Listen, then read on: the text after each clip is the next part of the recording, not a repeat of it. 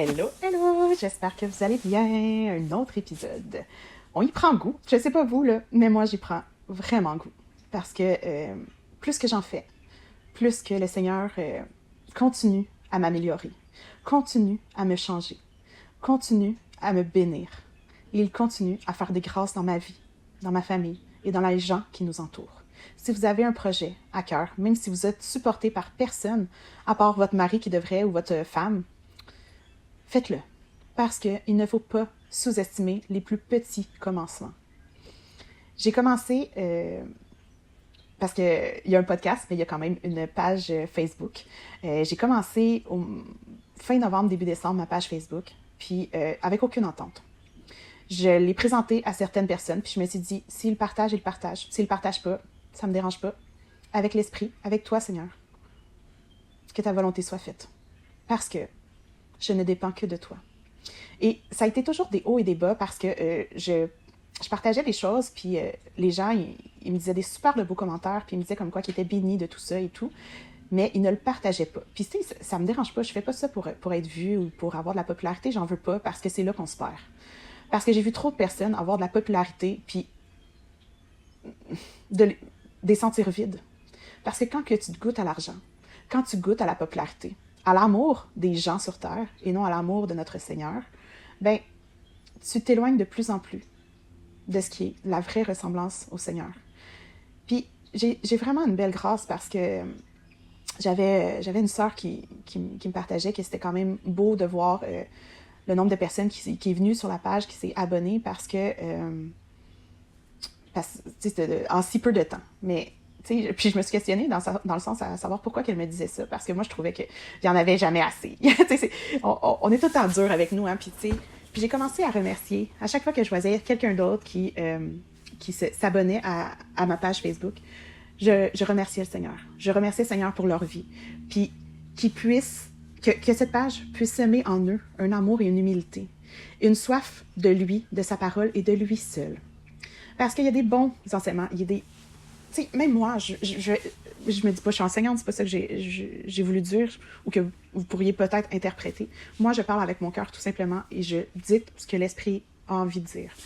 Mais, tu sais, il y a tellement de gens qui enseignent, puis des fois, tu te questionnes à savoir c'est quand qu'ils se sont perdus dans tout ça, parce que, tu sais, il y en a tellement qui prêchent des choses, puis que tu regardes leur vie, puis elles représentent aucunement ce qu'ils prêchent. Puis si tu as prié pour avoir le discernement des esprits, puis si tu as prié pour avoir un discernement point de ce qui est dit, ben la personne qui est devant vous, devant le pasteur, ou le pasteur, pardonnez-moi, quand il parle, la personne qui est devant vous, vous savez pas qui a le discernement des esprits, puis qui est capable, qui voit clair dans tout ça, puis c'est plate, mais vous allez perdre des gens, vous allez briser des gens, tout simplement parce que ce que vous dites, vous ne mettez pas en application. Puis imaginez-vous si Jésus avait écouté la voix de son Père, puis son Père, il disait, tu vas mourir pour nos péchés, pour nos maladies, pour tout. Puis il avait décidé que lui, non, moi, j'évite ça, je me sauve, je m'isole, je veux pas mourir, Imaginez-vous comment on vivrait rien de ça. Tu sais, Jésus, il voulait pas mourir, là. Encore moins souffrir comme il a souffert. C'est atroce ce qu'il a vécu. Puis quand j'y pense, j'ai juste envie de pleurer. Parce qu'il a obéi à Dieu, son Père.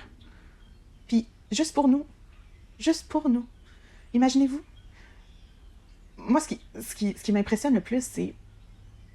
Tu sais, on dit qu'il faut pardonner son prochain, qu'il faut l'aimer. Puis lui, il a quand même dit à ses disciples, il y a quelqu'un ici qui va me trahir. Il a dit à Pierre, je crois, tu vas me renier 3 fois avant que le coq chante. Je pense que c'était à Pierre. Puis, il savait tout ça, puis le monde, non, c'est pas vrai, blablabla. Mais c'est quand même ça qui est arrivé. Puis il a pu partager son repas avec ces gens-là, malgré qu'il savait qu'est-ce qui allait arriver. Malgré qu'il savait où il allait. Mais les pasteurs, les enseignants, tout, qui sont devant nous, puis qui prêchent des choses qu'ils ne mettent pas en application, moi, ça me fait penser à ça, tu sais. Imaginez-vous si Jésus ne l'aurait pas fait. Imaginez-vous. On n'aurait pas cette grâce-là dans nos vies. Fait que, raison de plus pourquoi les pasteurs, les enseignants et tous ces gens-là devraient mettre en application ce qu'ils disent. Parce que s'il pense que c'est un bon message, ben mettez-le en application. Mets-le en application et tu vas voir qu'il va encore plus t'utiliser. En mettant pas en application ce que tu prêches, ce que tu commandes aux autres, ben tu perds des bénédictions, c'est malheureux. Mais tu fais perdre aussi des bénédictions aux gens qui sont devant vous. Imaginez-vous comment on dépend les uns des autres. Ayons la peur de ne pas faire les bons gestes. Ayons la peur de toujours faire du mieux. Parce que c'est comme ça qu'on va s'ouvrir les uns pour les autres. Quand on va avoir la peur de blesser quelqu'un. Quand on va avoir la peur qu'il arrive quelque chose à quelqu'un. Si on n'agit pas comme il faut. Ayons la crainte de Dieu et non la crainte de l'homme sur terre. Parce que l'homme sur terre nous apportera rien. Mais Dieu nous apporte tout. Nous apporte nos finances, nos familles, nos enfants, notre santé, notre vie, notre souffle. Il nous apporte tout. Soyons sincères avec lui. Parce que même si vous ne l'êtes pas, c'est vous autres que vous brimez et non lui. Lui, il est patient, il est amour. Il va vous donner une chance, 2 chances, 3 chances, 4 chances. Mais un moment donné, c'est plate, mais vous allez avoir un événement qui va faire en sorte de faire ouais, peut-être que j'ai comme cherché après. Pourquoi qu'il y a eu autant de meurtres, autant de choses dans la Bible? Pas parce que on avait un mauvais Jésus ou un mauvais Dieu, peu importe comment que vous voyez tout ça. Il n'y a pas une bonne façon, une mauvaise façon. L'important, c'est d'écouter l'esprit qui est en vous. Écoutez des enseignements qui vous reconnectent. Puis laissez personne vous dire « Ah, tel enseignant, il n'est pas bon. » Peut-être qu'il n'est pas bon pour lui, pour les fruits qu'il doit semer, mais peut-être qu'il est bon pour vous. Arrêtons de se comparer, de s'humilier les uns les autres.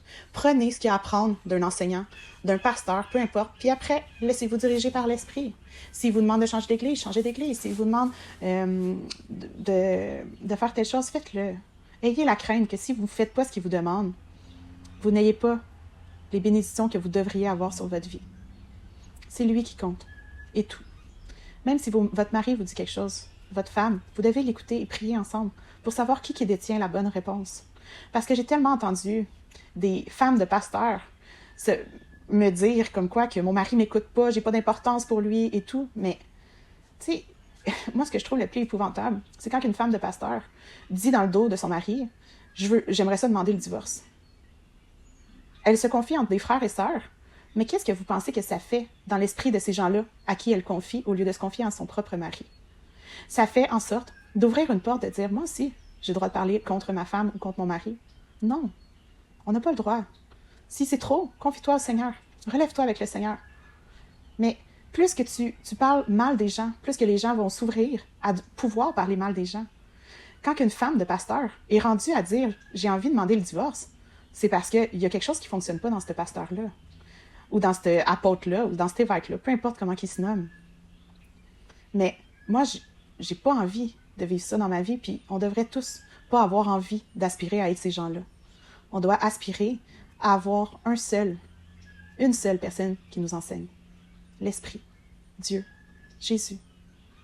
Parce que c'est trois choses, c'est trois personnes que je viens de nommer, ou peu importe comment vous voyez ça, mais c'est une seule et même personne. C'est une seule. Ayons de la compassion pour les personnes qui vivent d'autres croyances. Discutons dans la joie, l'amour et l'humilité, puis laissons agir l'esprit entre chaque personne.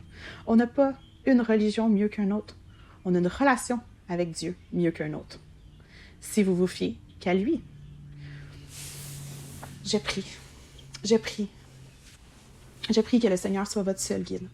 Que toutes les choses du monde soient rendues amères pour vous. Que peu importe l'argent que vous avez dans votre compte, la modestie prime sur votre vie. Que peu importe l'argent que vous gagnez, que vous passez votre prochain devant vous, puis que vous n'avez pas besoin à tout mettre sur les réseaux sociaux pour vous prouver que vous êtes une meilleure personne qu'un autre. Faites-le dans l'ombre. Vous allez avoir encore plus d'importance pour le Seigneur. Arrêtez de vous prouver. Puis c'est quand vous allez arrêter de vous prouver que vous allez voir, vous allez vivre une paix incroyable. Quand vous allez arrêter de vous prouver aux gens, mais que vous allez vous prouver au Seigneur, qui dirige tout sur terre, vous allez vivre une liberté incroyable. Parce que je me répète, mais c'est vraiment ça. C'est lui qui a le contrôle de tout. Tout, tout, tout.